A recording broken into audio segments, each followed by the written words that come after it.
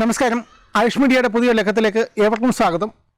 ഇന്ന് ഞാൻ വള്ളിപ്പയർ സംബന്ധിച്ച ഒരു വീഡിയോ ആണ് ഇടാൻ പോകുന്നത്. മറ്റൊന്നുമല്ല, നമ്മൾ ഈ വള്ളിപ്പയർ കൃഷി ചെയ്ത് തുടങ്ങി കഴിഞ്ഞിട്ട് അത് നട്ട് 3 ആഴ്ച കഴിയുമ്പോൾ അത്യാവശ്യം വള്ളിയൊക്കെയായി തുടങ്ങുന്ന സമയത്ത് ആ ഒരു സ്റ്റേജ് തൊട്ട് നമ്മൾ എന്താണ് ചെയ്യേണ്ടത്, എന്തൊക്കെ ചെയ്തു കഴിഞ്ഞാൽ കൂടുതൽ മികച്ച വിളവ് കിട്ടാമെന്നാണ് ഈ വീഡിയോയിലൂടെ കാണിക്കാൻ പോകുന്നത്. അത് തന്നെ ആ സമയത്തുണ്ടാകുന്ന അസുഖങ്ങൾ അതൊക്കെ പരിഹരിക്കാൻ നമ്മൾ എന്താണ് ചെയ്യാൻ പറ്റുന്നത്, അതൊക്കെയാണ് ഞാൻ ഈ വീഡിയോയിലൂടെ കാണിച്ചു തരാൻ പോകുന്നത്. അപ്പോൾ വീഡിയോ ആദ്യം മുതൽ അവസാനം വരെ ഒന്ന് കാണുക. അപ്പോൾ നിങ്ങൾ ഈ വീഡിയോ കാണുന്നതിന് മുമ്പായിട്ട് ഇനിയും ഞങ്ങളുടെ ചാനൽ സബ്സ്ക്രൈബ് ചെയ്തിട്ടില്ലെങ്കിൽ അതോടെ ഒന്ന് സബ്സ്ക്രൈബ് ചെയ്തേക്കുക. കൂടാതെ നമ്മുടെ വാട്സാപ്പ് ഗ്രൂപ്പ് ഉണ്ട് ആയുഷ് മീഡിയയുടെ, അതിൽ കൂടെ നിങ്ങളൊന്ന് ജോയിൻ ചെയ്യുക.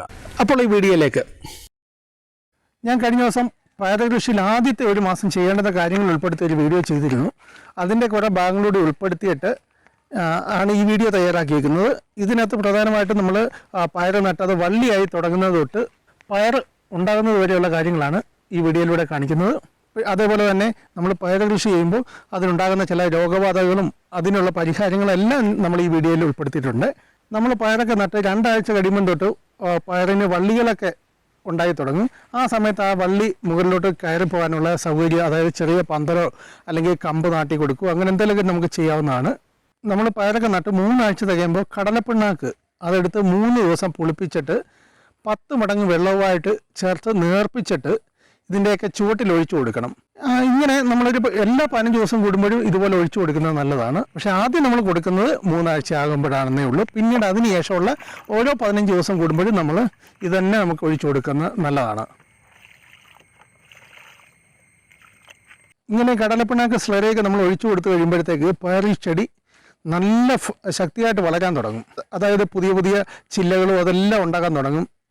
ഈ സമയത്ത് ഇലതീനിപ്പുഴുക്കൾ അതൊക്കെ വലിയ പ്രശ്നമാണ്. ഈ സമയത്ത് ഒരുപാട് വരാൻ സാധ്യതയുണ്ട്. കാരണം ഒരുപാട് പുതിയ പുതിയ ഇലകൾ വന്നുകൊണ്ടിരിക്കുന്ന സമയമല്ലേ.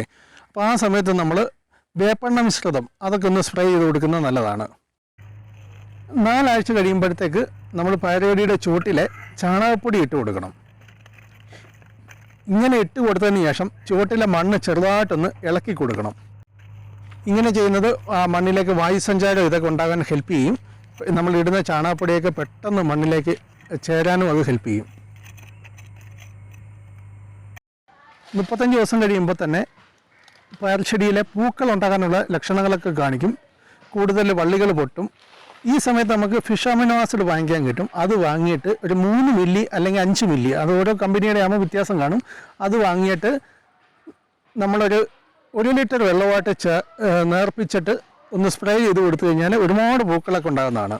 ചിലപ്പോൾ നല്ല ആരോഗ്യമുള്ള പയറുകടിയായിരിക്കും, പക്ഷെ പയർ അധികം ഉണ്ടാകത്തില്ല. അതിന് റീസൺ എന്ന് വെച്ച് കഴിഞ്ഞാൽ ഇതിൽ അമിതമായിട്ട് ഇലകളുണ്ടാകും. ഇലകളുണ്ടായിട്ട് ഈ നമ്മൾ കൊടുക്കുന്ന വളങ്ങളും കാര്യങ്ങളെല്ലാം ഈ ഇലകൾ അങ്ങ് വലിച്ചെടുക്കും.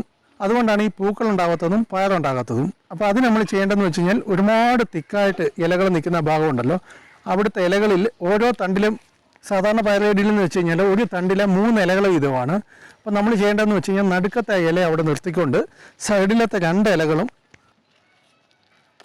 നുള്ളി മാറ്റണം. ഇതേപോലെ 2 ഇലകൾ വീതം നുള്ളി മാറ്റിക്കൊണ്ട് നടുക്കത്തെ ഇല അതിൻ്റെ ആവശ്യമേ ഉള്ളൂ. ഈ നമ്മളിങ്ങനെ നുള്ളി എടുക്കുന്ന ഇലയെങ്കിൽ നമുക്ക് തോരൻ വെക്കാനും അതിനൊക്കെ ഉപയോഗിക്കാം, നല്ലതാണത്. വീട്ടിൽ പശു ഉണ്ടെങ്കിൽ അതിന് കൊടുക്കാം. ഇങ്ങനെ നമ്മൾ ഇലകൾ നുള്ളി മാറ്റി കഴിയുമ്പോഴത്തേക്ക് കൂടുതൽ പൂക്കളുണ്ടാവും. ആ പൂക്കളൊക്കെ പയറാകും. അപ്പോൾ നല്ല വിളവൊക്കെ കിട്ടും. 40 ദിവസം ആകുമ്പോഴത്തേക്ക് നമ്മൾ ഈ പയറുകടിയുടെ ചുറ്റിനും അല്പം വേപ്പിൻ പിണ്ണാക്ക് ഒന്ന് ഇട്ട് കൊടുത്തിട്ട് ഒന്ന് മണ്ണൊക്കെ ഒന്ന് ഇളക്കി കൊടുക്കുന്നത് നല്ലതാണ്. ഈ നിമാവരകളുടെ വലിയ ശല്യമുണ്ട് ഈ പയറുകടിക്ക്. നിമാവരകൾ വന്നു കഴിഞ്ഞാൽ ഈ ചെടിയൊക്കെ പയറുകടിയൊക്കെ വാടിപ്പോവും.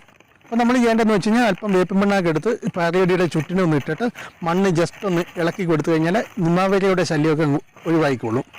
നമ്മൾ പിന്നെ ആഴ്ചയിൽ ഒരിക്കലും നല്ല പുളിച്ച കഞ്ഞിവെള്ളം ഈ പയറുകടിയുടെ ചുറ്റിനൊന്ന് ഒഴിച്ചു കൊടുക്കണം. ഇങ്ങനെ ഒഴിച്ചു കൊടുത്തു കഴിഞ്ഞാൽ ഈ പയറുകടിയുടെയൊക്കെ ഗ്രോത്തിനെ ഹെൽപ്പ് ചെയ്യുന്ന ഒരുപാട് ജീവാണുക്കളുണ്ട് മണ്ണിൽ. അപ്പോൾ ആ ജീവാണുക്കളുടെ അളവൊക്കെ കൂട്ടാൻ ഈ കഞ്ഞിവെള്ളം സഹായിക്കും. അപ്പോൾ അങ്ങനെ ചെയ്ത് കഴിയുമ്പോൾ പയറുകടി നല്ല ആരോഗ്യത്തോടു കൂടി വളരുന്നതാണ്. അപ്പോൾ ഈ പയറുകടിയുടെ ഇലകളൊക്കെ തിന്നുന്ന ഒരുപാട് പ്രാണികൾ വരും. അപ്പോൾ ഞാൻ മുന്നേ പറഞ്ഞു, ഇങ്ങനെയൊക്കെ വന്നു കഴിഞ്ഞാൽ നമ്മൾ ചെയ്യേണ്ടതെന്ന് വെച്ച് കഴിഞ്ഞാൽ വേപ്പെണ്ണ മിശ്രിതം കൊടുക്കാവുന്നത്. അത് കൂടാതെ നമുക്ക് വേണമെങ്കിൽ അല്പം വെള്ളം ഈ തണ്ടയിലൊക്കെ ഒന്ന് സ്പ്രേ ചെയ്തിട്ട് അല്പം ചാരം ഒന്ന് ഇട്ട് കൊടുത്തു കഴിഞ്ഞാൽ, മൊത്തത്തിലൊന്ന് വീശി ഇട്ട് കൊടുത്തു കഴിഞ്ഞാൽ ഈ പ്രാണികളുടെയൊക്കെ ശല്യം കുറേയൊക്കെ കുറഞ്ഞു കിട്ടുന്നതാണ്. പിന്നെ ഈ പയറൊക്കെ ഉണ്ടായി കഴിയുമ്പോൾ വലിയ പ്രശ്നമാണ് ഉറുമ്പുണ്ടാകുന്നത്. അങ്ങനെ ഉറുമ്പ് ശല്യം ഒരുപാട് ശല്യമാണെങ്കിൽ നമ്മൾ ചെയ്യേണ്ടതെന്ന് വെച്ച് കഴിഞ്ഞാൽ ബിവേറിയ വാങ്ങിച്ചിട്ട് 20 ഗ്രാം ബിവേറിയ 1 ലിറ്റർ വെള്ളത്തിൽ നന്നായിട്ട് മിക്സ് ചെയ്തിട്ട് അതൊന്ന് സ്പ്രേ ചെയ്ത് കൊടുത്തു കഴിഞ്ഞാൽ ഉറുമ്പിൻ്റെ ശല്യം ഒഴിവായി കിട്ടുന്നതാണ്. അതുപോലെ മുഞ്ഞയും നമ്മുടെ പയർ കൃഷിക്ക് വലിയ പ്രശ്നമാണ്. അപ്പോൾ മുഞ്ഞ പോകാൻ വേണ്ടി വേപ്പെണ്ണ വെളുത്തുള്ളി മിശ്രിതം ഒന്ന് സ്പ്രേ ചെയ്ത് കൊടുത്താൽ മതി. അതേപോലെ പുകയില കഷായം നമ്മൾക്ക് ഉപയോഗിക്കാം. പിന്നെ കായീച്ചയുടെ ശല്യം ഉണ്ടെങ്കിൽ നമ്മൾ പാൽക്കായം നേർപ്പിച്ചിട്ടൊന്ന് സ്പ്രേ ചെയ്ത് കൊടുത്താൽ മതി. പിന്നെ ചാഴി കായതുരപ്പനൊക്കെ വന്നു കഴിഞ്ഞാൽ അതിന് നമ്മൾ വേപ്പെണ്ണ മിശ്രിതം അല്ലെങ്കിൽ പുകയില കഷായം കൊടുത്താൽ മതിയാവും. പിന്നെ നമ്മൾ അധികം പൂക്കളൊന്നും ഉണ്ടാകുന്നില്ല എന്നുണ്ടെങ്കിൽ നമ്മൾ പിന്നെ പാൽക്കായം അത് നേർപ്പിച്ചിട്ട് അല്പം തൈരും കൂടി മിക്സ് ചെയ്തിട്ട് ഇതിൻ്റെ തണ്ടയിലൊക്കെ ഒന്ന് സ്പ്രേ ചെയ്ത് കൊടുത്തു കഴിഞ്ഞാൽ കൂടുതൽ പൂക്കളൊക്കെ ഉണ്ടാകുന്നതാണ്. പയർ കൃഷി ചെയ്യുന്നവർ എല്ലാവരും ഫേസ് ചെയ്യുന്നൊരു വലിയ ഇഷ്യൂ ആണ്. നമ്മൾ പയറെല്ലാം നട്ട് എല്ലാം നല്ല ആരോഗ്യത്തോടു കൂടി വലുതായി പൂവൊക്കായി വരുന്ന ആ ഒരു സമയത്ത് പയർ മൊത്തത്തിൽ അങ്ങ് വാടിപ്പോകുന്നതായി. അതിന് പല റീസണുണ്ട്. അപ്പോൾ അതും കൂടി ഇതിൽ ഉൾപ്പെടുത്തുക എന്ന് പറയുമ്പോൾ ഈ വീഡിയോയ്ക്ക് ഒരുപാട് ലെങ്ത് കൂടും. അപ്പോൾ വാട്ടരോഗം തന്നെ ഞാൻ അതിന് ചെയ്യേണ്ടത് എന്താണ്, അതിൻ്റെ പരിഹാരം എല്ലാം കൂടെ ചേർത്തിട്ട് മറ്റൊരു വീഡിയോ ഞാൻ ഉടനെ ഇടുന്നതാണ്. അപ്പോൾ നിങ്ങൾക്ക് ഈ വീഡിയോ ഇഷ്ടമായി കാണുമെന്ന് വിചാരിക്കുന്നു. ഈ വീഡിയോ പറ്റിയുള്ള അഭിപ്രായം തൊട്ട് താഴെ ഒന്ന് കമൻറ്റ് ചെയ്തേക്കുക.